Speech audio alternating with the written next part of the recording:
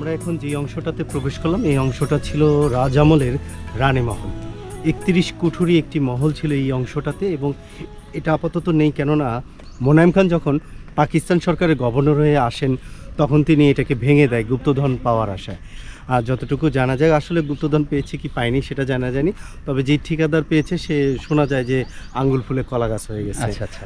আসলে কি পেয়েছে, তারপরে এটা দীর্ঘদিন পরিত্যক্তই ছিল এই অংশটা, সাধারণ দর্শনার্থীরা প্রবেশ করতে পারতো না, যদিও উত্তরা গণভবনের দর্শনার্থীদের 2012 সালে টিকিটের মাধ্যমে এটা উন্মুক্ত করে দেয়, কিন্তু 2018 সালে নাটোর জেলা প্রশাসনের উদ্যোগে এটাকে পরিষ্কার পরিচ্ছন্ন করে বাগানে রূপান্তরিত করে দর্শনার্থীদের জন্য উন্মুক্ত করে দেয়। আচ্ছা, তাহলে এই যে পুরো স্থাপনা এর এখন স্বত্বাধিকারী কি বাংলাদেশ প্রত্নতত্ত্ব অধিদপ্তর নাকি হচ্ছে জেলা প্রশাসন?